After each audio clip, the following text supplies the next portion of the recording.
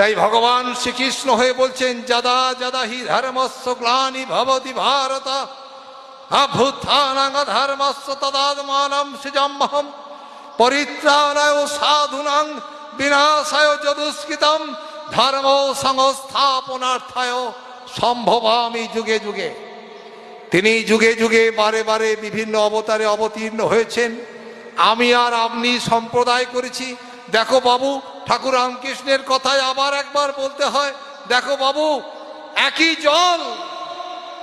জল হিন্দু বলছে জল, ইংরেজ বলছে ওয়াটার, সাহেব বলছে অ্যাকোয়া, মুসলমান বলছে পানি, কিন্তু একই জল।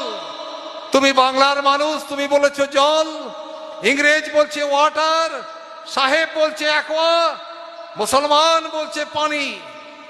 তাই বলি জল জলই থাকে, ভাষা তফাৎ। তাই তুমি আর আমি ভাষা তফাৎ করেছি, সম্প্রদায় করেছি। ঈশ্বর কখনো সম্প্রদায় নয়, ঈশ্বর তিনি এক এবং অদ্বিতীয়। সেই তিনিই বারে বারে যুগে যুগে বিভিন্ন অবতারে অবতীর্ণ হচ্ছেন। ভগবান শ্রীরামকৃষ্ণদেব তিনি বসে আছেন, আর এক গুরু ভাই শিষ্য তার কাছে ঢুকছেন।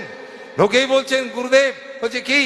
বলছে, এই তোমার ঘরের সামনে একটা গাছ হয়েছে, ওই গাছটি যদি একটু কেটে ছেটে ছোট করে দাও ভালো হয়, চোখে মুখে লাগছে। বলছে কেন?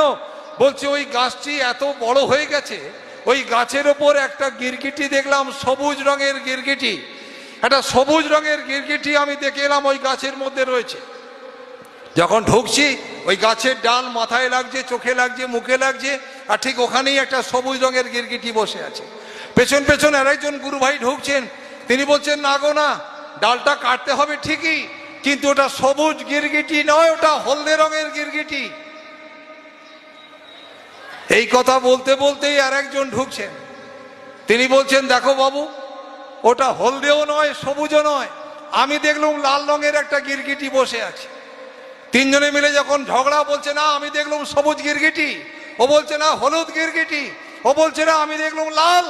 তখন শ্রীরামকৃষ্ণদেব বলছেন, শোনো, ওটা গিরগিটি, সবুজটাও ঠিক, হলুদটাও ঠিক, লালটাও ঠিক, গিরগিটি মাঝে মাঝে রং বদলায়। যদা যদা হি ধর্মস্য গ্লানি ভবতি ভারত অভ্যুত্থানং ধর্মস্য তদাত্মানং সৃজাম্যহম। যখন যখন ধর্মের গ্লানি হবে, তখন তখন আমি আমাকে সৃষ্টি করব। পরিত্রাণায় সাধুনাং বিনাশায় যদুষ্কৃতম ধর্ম সংস্থাপনার্থায় সম্ভবামি যুগে যুগে। সেই তিনি আবার পরম পুরুষ শ্রী শ্রী ঠাকুর অনুকূল চন্দ্র হয়ে আবির্ভূত হলেন। তিনি কি বললেন? যদা যদা হি ধর্মস্য গ্লানি ভবতি ভারত অভ্যুত্থানং ধর্মস্য তদাত্মানং সৃজাম্যহম পরিত্রাণায় সাধুনাং।